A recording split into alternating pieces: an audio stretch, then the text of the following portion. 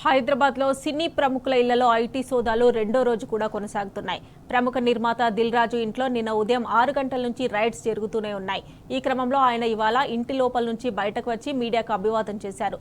తన ఒక్కడిపైనే రైడ్స్ జరగడం లేదని, సినీ ఇండస్ట్రీ మొత్తం మీద రైడ్స్ జరుగుతున్నాయన్నారు. సోదాలు ఎప్పుడు పూర్తయ్యేది మన చేతుల్లో లేదని దిల్ రాజు అన్నారు.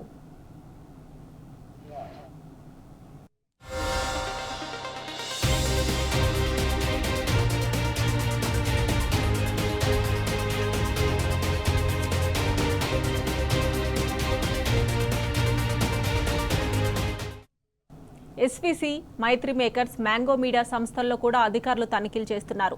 సినిమాలకు పెట్టిన బడ్జెట్పై ఆరా తీస్తున్నారు. పుష్ప 2 బడ్జెట్, వచ్చిన ఆదాయంపైన ఆరా తీస్తున్నారు. వసూలకు తగ్గట్లుగా ఐటీ చెల్లింపులు జరగలేదని అధికారులు నిర్ధారణకు వచ్చారు.